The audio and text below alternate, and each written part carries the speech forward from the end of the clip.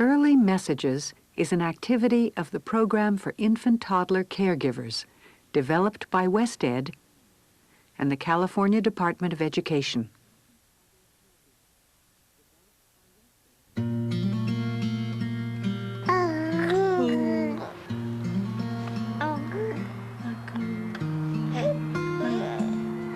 Mama. Which one do you want? This one? The bunny? Thank you, Nicholas. What do you think? He's got sharp teeth. What else can we make? Warm spaghetti. I'm making warm spaghetti. Warm spaghetti? I'm making warm spaghetti. And it's hot right now, so I gotta cool it down.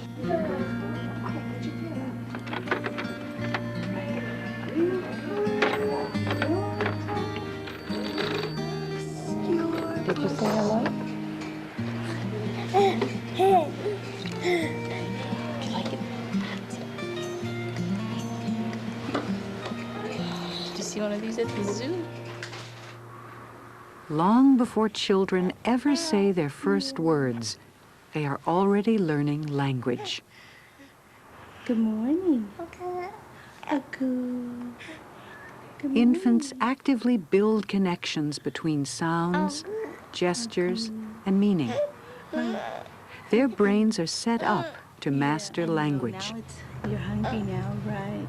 Well, we'll get you something to eat, okay?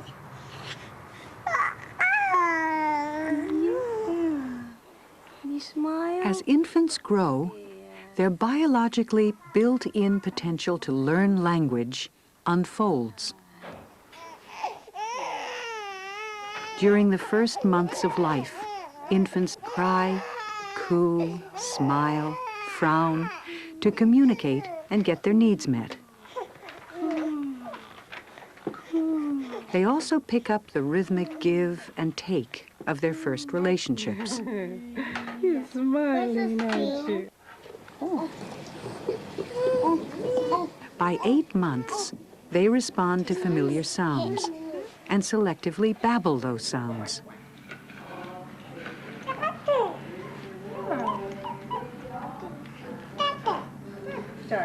At about a year of age, first words emerge. So do strings of sounds with the rhythm of sentences. Another wrench, yes. Another wrench. At around 16 months, children start to experience a language explosion. Oh, big old brown bear, that's what you're saying. Brown bear. Bye-bye, brown bear. Typically, toddlers comment, request, and question, first with one word, then 2 words, then simple sentences. What those? What is that? That's a polar bear. It's a white polar bear. Dada! This amazing development is rooted in the child's family and culture.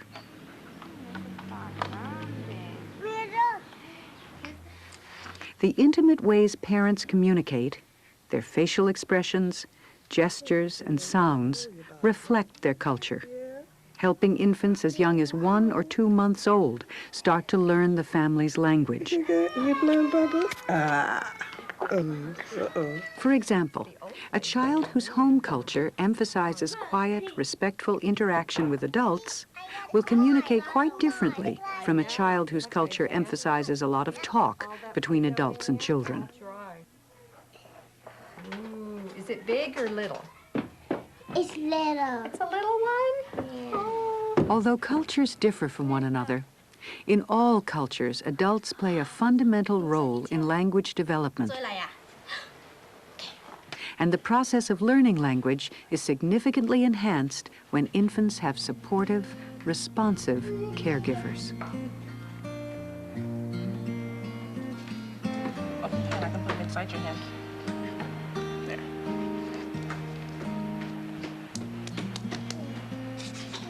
Should we spray him with some water? Because he feels like he's getting dry. Adults have a huge impact on language development.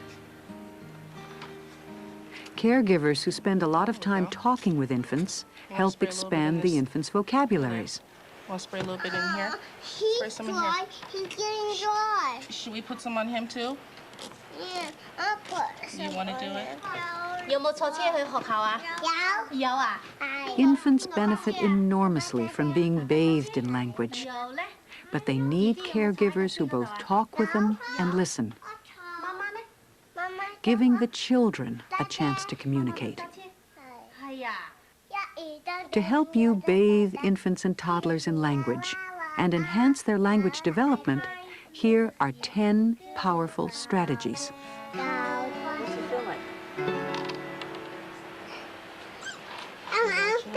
Can you put them on my hand? Sure. Prompt appropriate responses teach infants the power of their early messages and keep them communicating. Ooh, what's he feel like?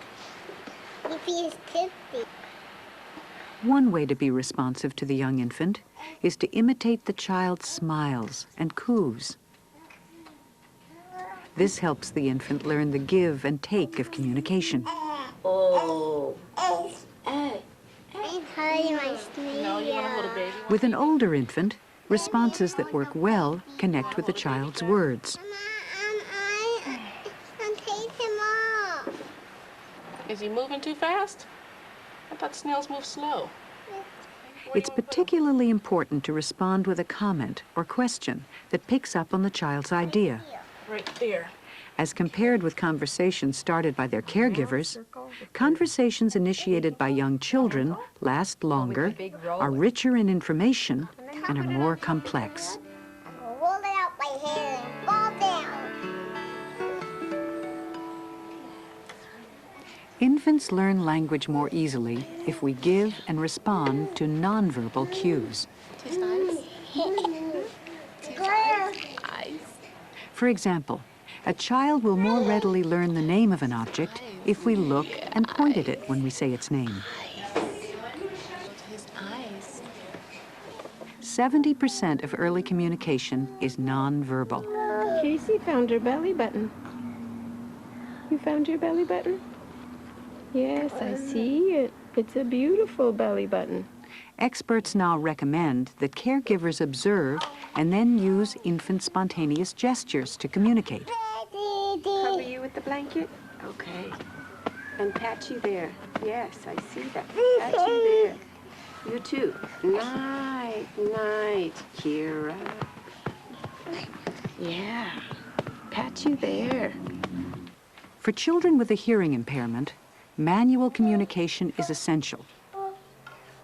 Like spoken language, sign language provides the foundation for abstract thought and social understanding.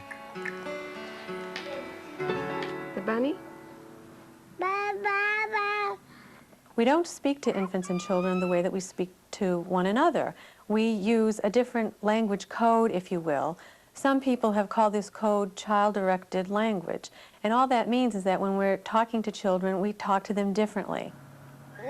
This one? Emiliano likes that one. Rabbit. Yeah, it's a rabbit. You're We right. slow down what we say. We say, would you like a cookie? And it's really slow. When I'm talking to an adult, I'm much more likely to be speedy. Why would we slow it down? Because it's easier for the child to break the language code if we're speaking more slowly. And there are other things that adults do too. We're more likely to repeat it. We might ask the question a couple of times. Again, why the repetition? Because if a child doesn't get it the first time, perhaps they're going to get it the second time. Everything we do is geared towards communication with the child. Knowing how to modify our communication comes naturally if we attend to the child's cues. Oh, you're ready to wake up. When infants look away, become fussy, or don't show any interest in us, we adjust our messages. Here are the various ways to make language understandable for infants. Now, this one? This one. Do you have a baby you can put to sleep? Do you have a baby?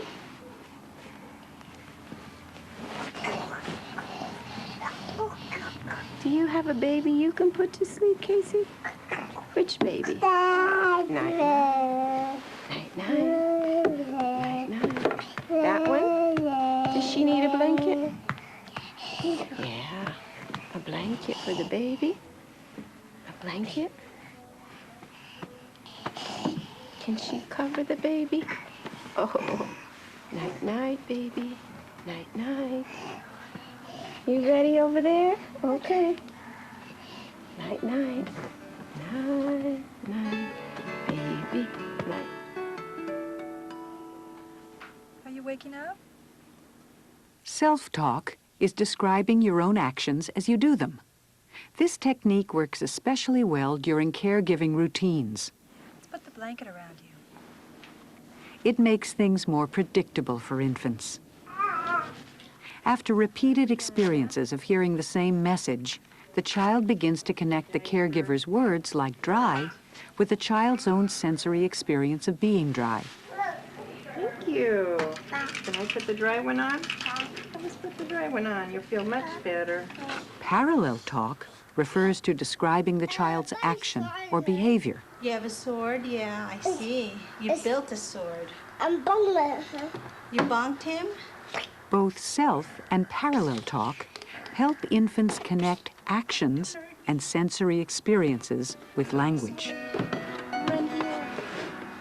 Hello on the telephone. Another important way to facilitate language development is to help infants and toddlers expand their language. You are? With an infant around a year of age, expanding often involves naming something that the child is pointing at. Yeah. Baby. And the baby, too. When children start to use words, we can add to what they say. Hello. Now, a child might come over and say, "to book." And in that case, a caregiver might say, "Yes, you have 2 books." Now, what the adult has done in that situation is teach the child about the use of plural. I mean, the child has said "to book" because the child doesn't know yet that there's a rule. You add an S or ES to words, to nouns, and you make it plural. So the adult has modeled that by expanding on the child's utterance. My mommy makes the spaghetti in the morning when I go to bed. In the morning when you go to bed? Is it at night? No, it's in the morning. Expansion works best if we simply model correct language, rather than point out mistakes. You're going to make a choo-choo train? No, I'm making the cutter choo-choo train. Oh. I'm giving you guys some food for your snails. We can also expand language for children by asking questions or describing things that invite them to talk more. The pea. How's he eating it? Research shows that children do better in school if their parents ask a lot of questions and use descriptive language during the early years. In reporting on this research, Dr. Dolores Norton says it's language that expands the child's world. Eating it. It's labeling. Cup, see the tree. The tree has leaves. The leaves are green. It's language that asks questions. Is he opening his mouth? No, he's yucking it. It's the language of imparting information. He's licking it. So does he have a tongue? Yeah. Yeah. And it's also the language of imagination. Pretend. Learning about the world through your own mind. I'm a cat. Meow. Any of those kinds of things. Patty cake, patty cake. This is a jet plane. Oh, my jet plane fell apart. A jet plane? Yeah, jet plane. The most successful expansions build on what the child is interested in. Communication that connects with a child's thought or idea is what makes language meaningful and exciting. Oh, where did Mochife go? Where did Mochife go? I can't see. Oh, where's Aram?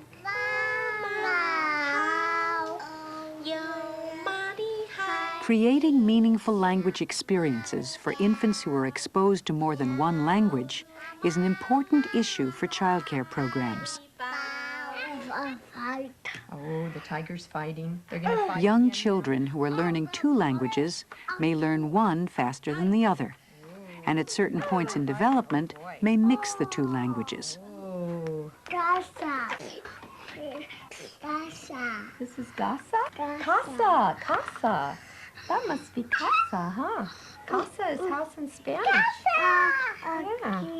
Aquí, here it is. If program directors and caregivers are patient and consistently communicate that they value the home language, children can retain their family's language and learn English. What we know is that when you have a good foundation in the primary language, then evidence suggests that learning a second language becomes much easier.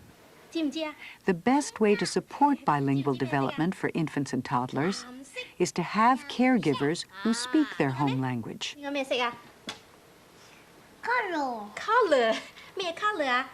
Without opportunities to use their home language, children will lose it and the ability to communicate with their families. Program directors and administrators must put a primary emphasis on hiring people who know the language of the children they serve. I can't express this in strong enough terms in these very, very early years and months. It is so important. But if it isn't possible to find a caregiver who speaks the children's home language, child care programs should create opportunities for the children to hear and use their family's language. You can put it aquí. At least a few words of the children's language. It makes for continuity with the home. It says my language is important in this place away from home where there are all kinds of different types of people. Inviting in volunteers who speak the children's language is a powerful way to support the children's connections with home. Rather than act as translators, volunteers should read, tell stories, sing, chant, and play games in the children's home language. But some things that we may think would help infants and toddlers don't work. Please don't try to teach language. Please don't say, well, watch me, try to get the phonological stuff. I mean, you see that a lot. Why? Because caregivers want to help kids. And particularly if the kids don't speak English. Oh, well, we're gonna help you learn English, and so watch my lips, watch this sound. You don't say it that way, you say it this way. And so a 2-year-old, we already know. Developmentally, give me a break. Caregivers also need to maintain a positive tone and make sure to avoid giving children negative messages about their home language. Since language also reflects culture and reflects self and self-esteem and self-identity, one has to be very careful in terms of never denigrating it or never making other languages seem more important or better.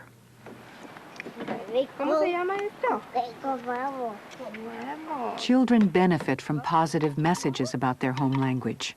Feeling good about the way their family communicates gives infants a solid foundation for learning English, supports their developing identity.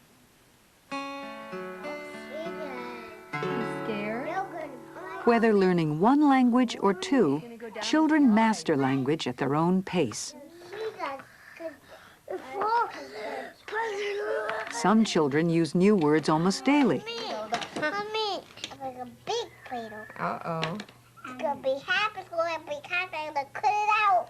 Other children may just listen to language for months. Thank you, Marky. I'm gonna put it right When they start to talk, they often use whole sentences right away. Thank you. But there may be a child in your care who does not seem to be making progress. In such a case, talk with the child's parents about how the child communicates at home. So has Ashley been using a lot of her words lately?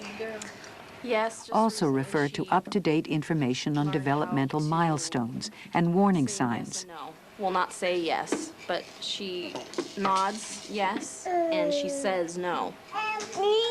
If need be, work with the parents to get appropriate professional assessment and support for the child. Important for them as they're growing up. Finding ways to adapt to each child's unique learning style is at the heart of enhancing language development.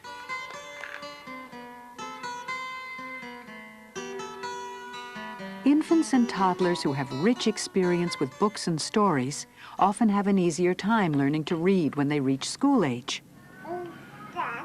The key to engaging infants in books and stories is to make them fun. Infants love books. and they are very likely to pull one off a shelf and bring it over to a caregiver. But what they want to do with the book might not always correspond directly with what a caregiver thinks should be done with the book. I mean, what we think is that you open it up, you start at the beginning, you turn the page, and you read what's on the page. An infant might want to start at the back. They might actually want to chomp on the book a little bit. Or they might want to just look at the pictures. And they might want to just point and have things labeled to them. So what I tell caregivers who are working with infants and very young toddlers is to follow their lead. They'll let you know what they want to do with the book. And I don't think we have to be rigid in terms of, you know, we're going to read what's on the printed page no matter what it is. Instead, you know, the book can be used as an object that the young infant is going to explore just like any other object. Big old brown bear. You have the big brown bear. And you have a big brown bear too. Heavy. Yours is heavy. A heavy brown bear book. Heavy burger. Heavy brown bear. Most children like reading because what goes along with it is this marvelous holding, the warmth, you know, feeling the heartbeat of the parent or the caregiver, and the attention that they're giving. Mr. Moon, Mr. Moon. That moon? It's always a good idea to have literacy and print available to kids.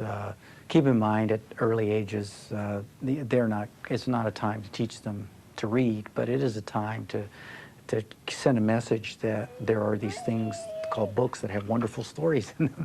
I can't help but remember a caregiver who was talking to a Spanish-speaking mother, and she asked her, do you read to your child as a little girl?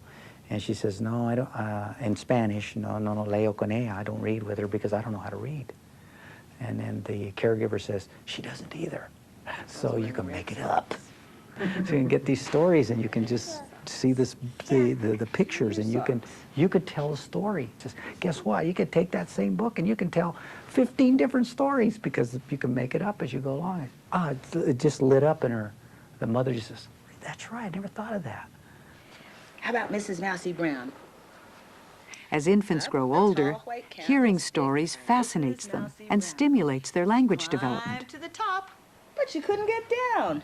So she called for her grandmother. Grandmother. But Caregivers can tell stories they know and learn stories from the children's families. rolled right down. Down. This is a good way to strengthen connections between childcare and home. Did you ever see a fishy go swimming in the bay with Rhyming games, finger play, songs, and pretend play also give infants and toddlers a rich exposure to language. The rhythm and repetition of a rhyme or song helps infants and toddlers learn language. Children love to sing, and they love to be sung too. Even very, very young infants like to listen to music. If they're not singing along with it because they don't have language yet, they might be moving their body to it in rhythmic ways and understanding that there's a refrain and that things come back again and so on. Very well, I thank you. Run away, run away. Where is Pinky? Where is Pinky? Here I am. Here I am. Because singing is repetitive, usually there's a refrain, especially songs for young children, it's a good way to buttress language because a very young toddler might just come in with a couple of words during the chorus. Take a very popular song with young toddlers, The Wheels on the Bus Go Round and Round. the babies on the bus go bouncy, bouncy, bouncy. The older toddlers might actually be singing the whole refrain, the wheels on the bus go round and round all through the town.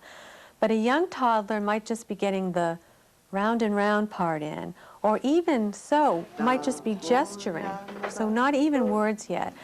But you go from the gesture to maybe saying round and round, to maybe knowing a couple of verses until finally you've mastered the song. So there's a lot of language learning that can go on during the singing of these repetitive songs that children love so much. Up and down, all through the town.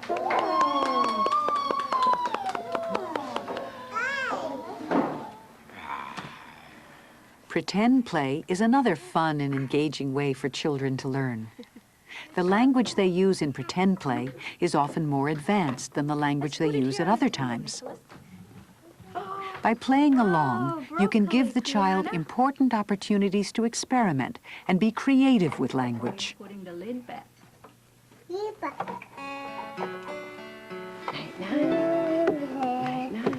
That one? Childcare programs must provide a calm, quiet environment. It's hard for infants and toddlers to filter out background noise. Large groups, constant music, and television should be avoided. Infants and caregivers need to hear each other to communicate. Sound absorption material can make a big difference. So can setting up quiet areas. Infants and caregivers should have places where they can read, do finger play, and sing together. Mommy, we're singing songs, singing about the fishy. Victoria.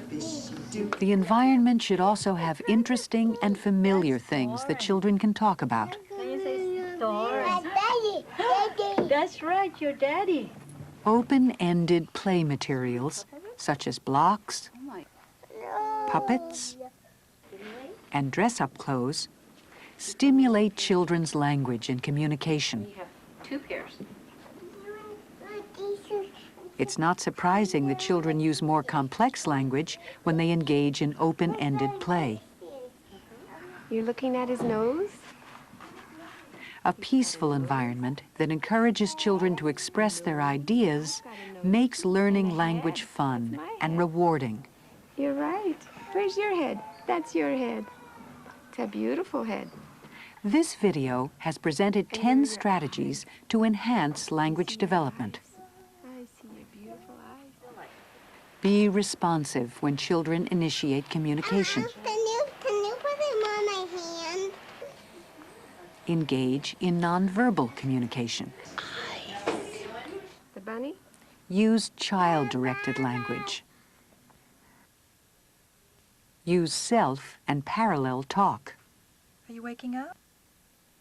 Hello on the telephone. Help children expand language. Who's on the telephone, Mason? Support bilingual development. He's scared. Attend to individual development and needs. He's going to go down the slide. Read the book? Should we read Engage infants with books and stories. Grandpa? Here she go, swimming Be in playful with language. his hands in his pockets. Create a communication-friendly environment. By using these strategies, you'll go a long way in helping children become confident, competent communicators. Caregivers who engage in responsive, rich exchanges with infants make communication and language magical.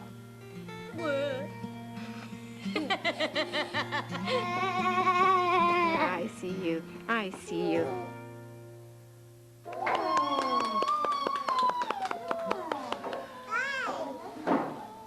Yay! How about the babies on the bus? Shall we bounce?